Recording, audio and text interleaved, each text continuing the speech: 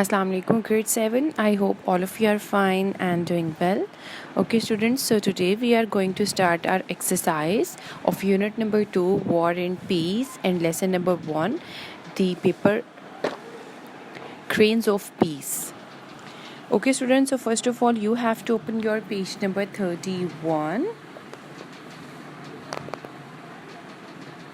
Okay, students, so we are going to start first reading for understanding. And let's start. Question number 1 is, what is origami and what are its essential rules?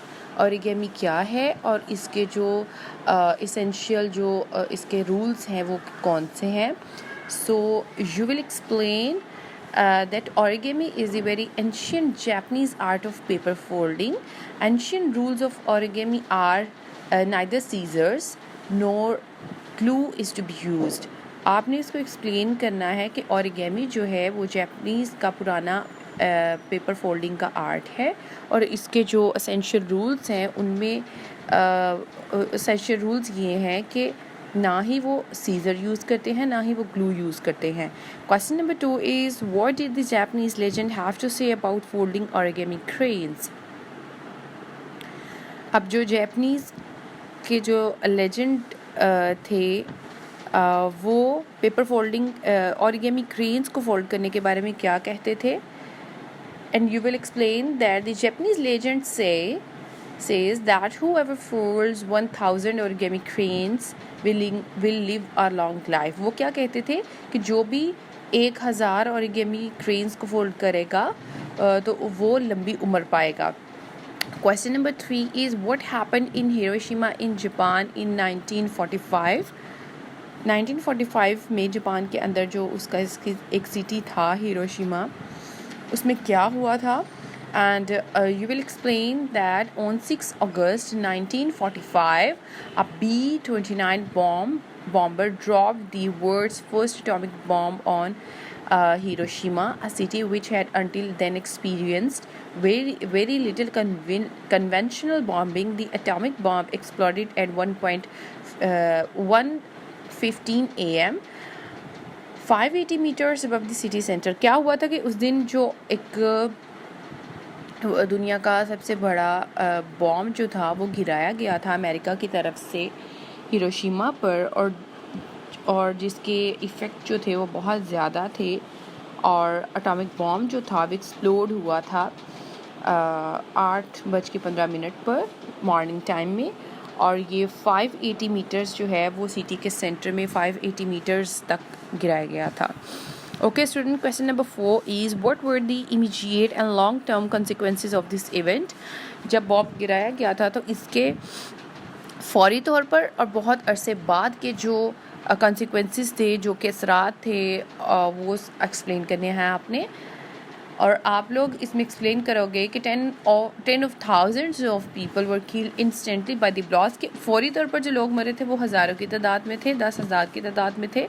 And the death toll rose between 1,80,000 and 20 lakh over the following years as the terrible after effects of the atomic bomb claimed the lives of hundreds of thousands of people. कि लोग instantly तौर पे भी इतने लोगों की मौत हुई थी और बाद में भी काफ़ी लोग जो थे उन पे इफ़ेक्ट हुआ था और बाद में भी कई लोगों की डेथ होती रही थी. Question number 5 is, why did Sadako develop leukemia? जो सदाकू वो बच्ची थी उसको ल्यूकेमिया कैसे हुआ था? And you will explain that one of the victims, Sadako, was found to be suffering from leukemia, cancer of the blood, a direct result of contamination by the atomic bomb when she was just 2 years old. तो ये कैसे हुआ था? जब वो 2 साल की थी तब ये एटॉमिक बॉम्ब वाला हादसा हुआ था जिसका असर जो था वो 10 years after सामने आया. Okay, students, so question number 6 is, how did Sadako's wish change as she folded her cranes in hospital? जैसे वो हॉस्पिटल में क्रेन्स बना रही थी तो उसकी विश कैसे चेंज हुई? and you will explain that Sadako's wish changed when her friends alongside her in the hospital died. जब उसकी जो friends हैं वो hospital में उसके साथ die कर रहे थे. Nor her wish was for peace. Now her wish was for peace, so that neither children nor adults should never suffer and die. और उसकी wish peace के लिए थी, अब अमन के लिए थी कि कोई भी बड़ा या छोटा इस चीज़ को सफ़र ना करे. Question number 7 is, how have her friends from all over Japan and the world helped to keep her story and her wish alive?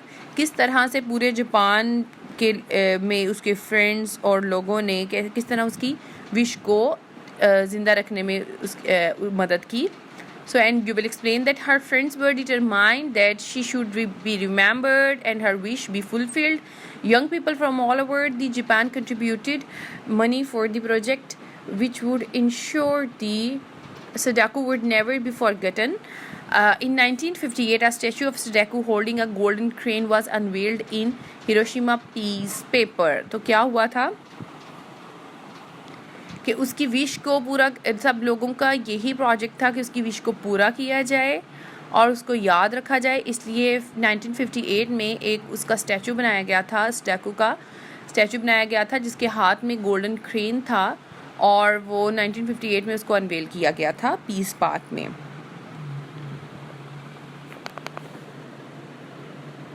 Okay students, so now I will discuss reading for inference with you. So let's start. Reading for inference. Question number 1 is, Sadako is just one of hundreds of thousands of Japanese people who died because of Hiroshima bomb. Explain in detail how she became such a powerful symbol of the desire for peace. अब ये आपने explain करना है कि सदाको जो है वो हज़ारों सैकड़ों की तादाद में से जापानीज़ पीपल की वो एक बच्ची थी जो कि हिरोशिमा के बॉम्ब की वजह से जिसकी डेथ हुई. तो आपने डिटेल में एक्सप्लेन करना है कि किस तरह वो एक पावरफुल सिंबल बनी पीस की ख्वाहिश करते हुए. You will explain that Sadako was an extremely courageous little fighter, more than anything else she wanted to. अब वो क्या करना चाहती थी, वो बहुत ज़्यादा बहादुर बच्ची थी. वो विश करती थी ज़िंदा रहने की क्योंकि वो रेस में दोबारा, क्योंकि वो एथलेटिक थी, स्पोर्ट्स में पार्टिसिपेट करने वाली बच्ची थी, तो वो दोबारा रेस में हिस्सा लेना चाहती थी. अब उसने क्या किया, उसको उसकी किसी फ्रेंड ने बताया कि जापानीज़ लेजेंड ने ये कहा है कि 1000 पेपर क्रेन्स बनाने में, पेपर को फोल्ड करने के लिए आपकी विश पूरी होगी. तो वो बनाती गई लेकिन वो पूरे ना हो सके, उसकी डेथ हो गई. लेकिन जैसे वो बना रही थी, जब वो अपने साथ हॉस्पिटल्स में अपनी फ्रेंड्स को मरते हुए देख रही थी तो उसकी विश चेंज हो गई. उसकी विश चेंज हो गई पीस के लिए कि कोई भी बड़ा या कोई भी छोटे इंसान को इस चीज़ से अब सफ़र ना करना पड़े, ना ही कोई जंग हो और ना ही कोई बॉम्ब गिराया जाए. Okay students, so question number 2 is, what qualities of characters did Sadako show during her illness? किस किस्म की qualities उसने शो करवाई अपनी बीमारी के दौरान. And you will explain that Sadako was an extremely courageous little fighter.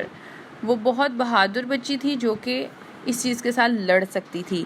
Question number 3 is, how does this story make you feel? ये जो स्टोरी है ये आपको कैसा फील करवाती है? And you have to explain by yourself that this story is an extremely heart-touching story. This story makes us feel very sad. This story tells that peace is essential at every place to live a life. अमन पुरसुकून होना ज़रूरी है ज़िंदगी में हर जगह ज़िंदा रहने के लिए. Okay students, so now we are moving to page number 32 and here is one vocabulary exercise and you have to solve it. Fill in the gaps in the following sentences with a word from the text. The paragraph in the text from which the required word comes is indicated in brackets.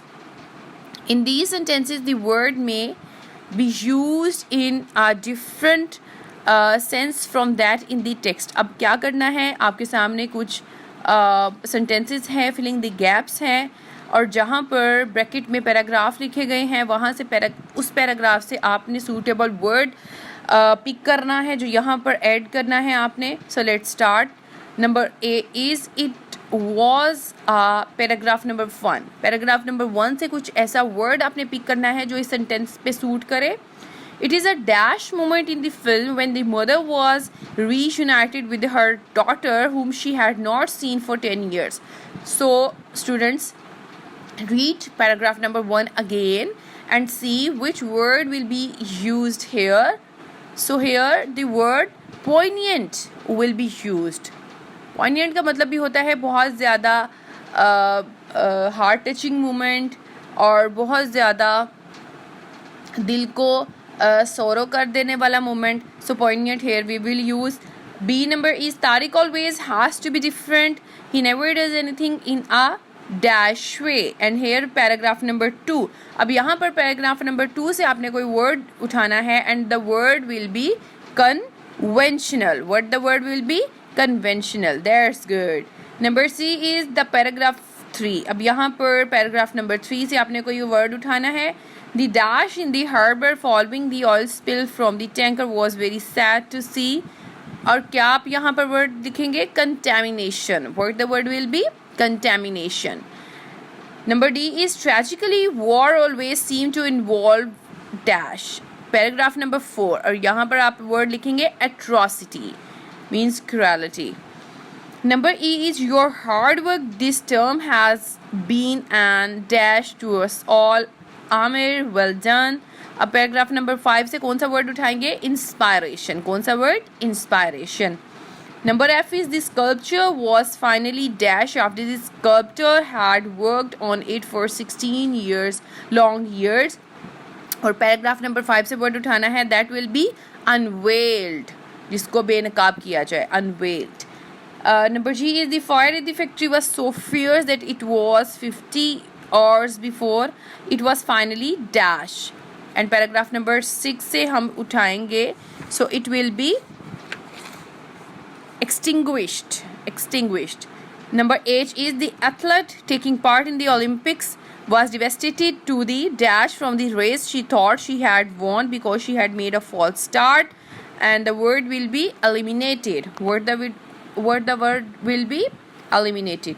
Okay students, so this was your exercise. I hope now you can solve these exercise easily. Okay students, you have assignment related to this lesson and you have to solve completely exercise. Take care of yourself.